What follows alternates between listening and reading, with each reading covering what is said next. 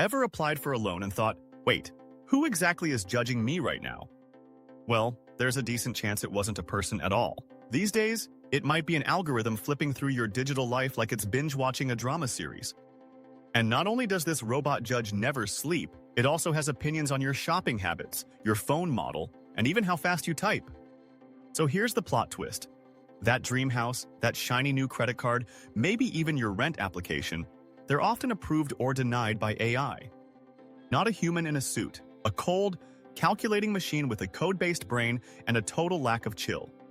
And it's not just looking at your credit history anymore. It wants to know everything, like everything. Your location? Yep, your online shopping times? Totally. Your tendency to buy off-brand cereal at 2 a.m.? For sure. Some systems even analyze whether you use all caps when you fill out forms. Because apparently, yelling at your application makes you look financially risky. Wild, right? Now, the cool side of this is how ridiculously fast these systems work. Blink and boom. Decision made. Buy now, pay later programs, instant approvals, dynamic credit limits. They all ride on this tech. It's efficient, it's powerful, it feels like living in the future, until it doesn't. Because there's a darker side. These systems learn from past data, and guess what? Past data is often packed with bias. If lenders in the past favored certain zip codes or income brackets, that bias can sneak right into the algorithm. The robot isn't racist or sexist by design, but it might inherit those patterns without blinking a digital eye. Even if it never sees your race or gender, it picks up clues: where you live, where you shop, what your social circle looks like. And suddenly, decisions that seem neutral on the surface start having some pretty sketchy effects beneath it. And don't get too comfy with your privacy either. Old-school credit checks used to pull info from a few tidy places: your bank, your credit card, your loan history. But these new AI-powered systems, they want the full tour: social media, browsing history, smartphone habits. Even the stuff you forgot you posted in 2014 could be part of the equation. That late-night meme spree, it might not help you get a mortgage. Worse still, you usually can't see that late-night meme spree. With traditional credit scores, you knew what counted. You could see your report, track your score, fix mistakes. With AI, it's like trying to argue with a magic 8-ball that just told you the outlook is not so good and refuses to elaborate. Companies love to say their models are proprietary, secret sauce, trade secrets so they can't spill. Which means if the algorithm messes up and tanks your chances, good luck trying to prove it. And regulators? They're scrambling to keep up. The rules we have now were written in a time when humans made most of the calls.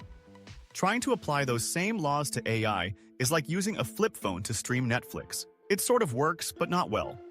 Some folks are pushing for changes, making algorithms more transparent, requiring regular bias checks, and giving people the right to ask, "Hey, robot, why'd you ghost my loan app?" But until that stuff becomes law, it's a bit of a digital Wild West out there. Zooming out, different countries are playing this game in wildly different ways.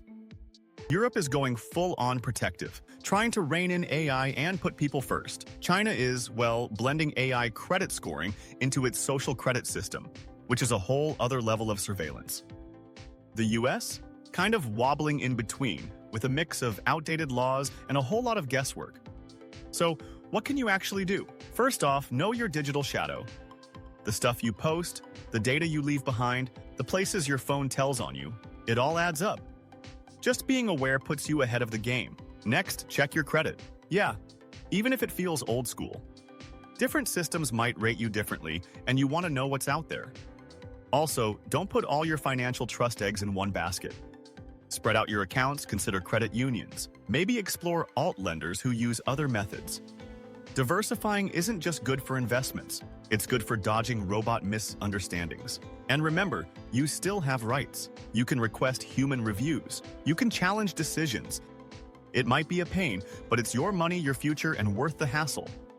Now here's the flip side. AI could actually open doors for folks who got left out before. People without deep credit histories, new immigrants, younger folks. If the algorithms are built right, they can help more people get access to credit based on behavior, not just old-school metrics. That's exciting, but it takes effort. These systems need to be tested, regulated, and held accountable.